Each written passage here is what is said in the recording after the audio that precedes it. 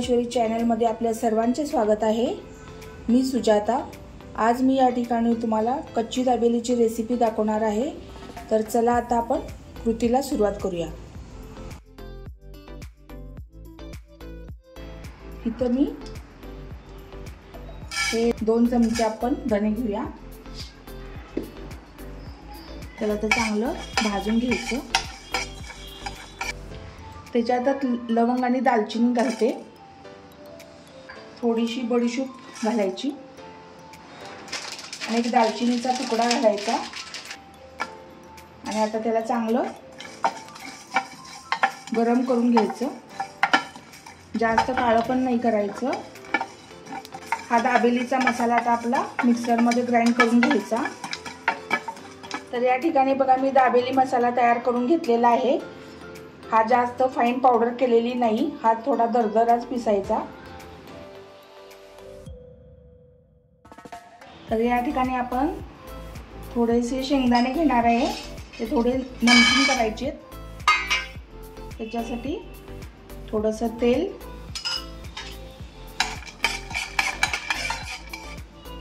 लाल मिरची पावडर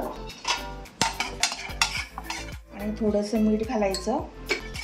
हे मसाला शेंगदाणे आपले तयार झालेत। या ठिकाणी मी आता काढून घेतलेले आहे। या ठिकाणी आता स्टफिंग करण्यासाठी एक मोठा चमचा मी तेल घेतले। त्याच्यामध्ये आता आपण हा दाबेलीचा मसाला घालून घ्यायचा, 1 ते 2 चमचे। लाल मिरची पावडर,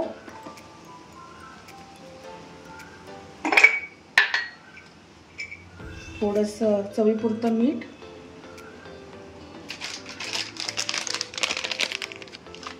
जिरा पावडर आणि याला आता चांगलं गरम करून घ्यायचं। या ठिकाणी चिमूटभर हळद टाकायची।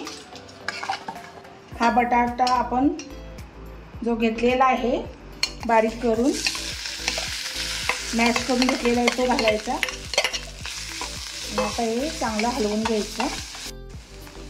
यात पाण्याचा हक्का द्यायचा। ड्राय होत असेल तर थोडंसं घालायचं आणि आता याला छानपैकी 2 ते 3 मिनिटं असं गॅसवर ठेवायचं। तर या ठिकाणी बघा आपला मसाला हा तयार झाला। आता त्याच्यात थोडंसं चाट मसाला घालायचा चवीनुसार आणि 2 चमचे इमलीची चटणी घालायची। तर आता आपण दाबेली करायला घेऊया। या ठिकाणी मी कच्ची दाबेलीचं जे स्टफिंग होतं ते आता मी प्लेटमध्ये का घेतलेलं आहे। तर त्याच्यामध्ये तुम्ही ओलं खोबरं पण घालू शकता वरून। या ठिकाणी आपण जे शेंगदाणे मसाला शेंगदाणा आहे आपला तो आता घालून घ्यायचा।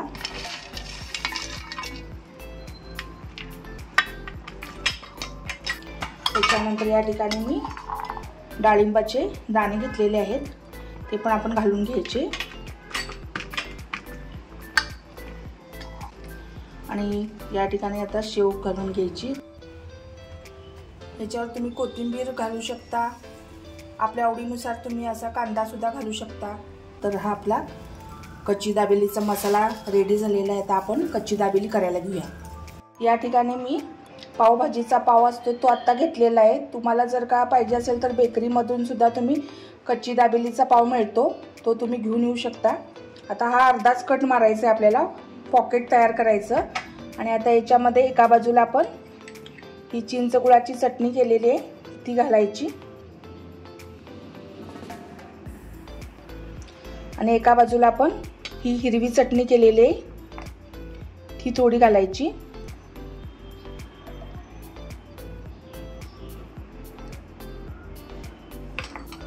आणि हा मसाला आपण केलेला होता तो आता त्याच्यामध्ये स्टफ करायचा।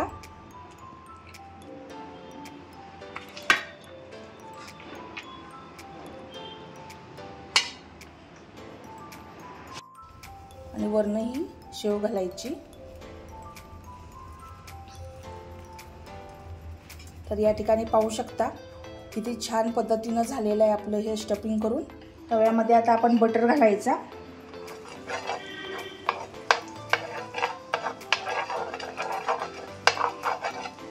आणि आता छान तिकून शेकून घ्यायचं. आता दुसरं आपण करूया. तोपर्यंत ही कच्ची दाबेली आपण दोन्ही बाजूनं भाजून घेतलेली आहे.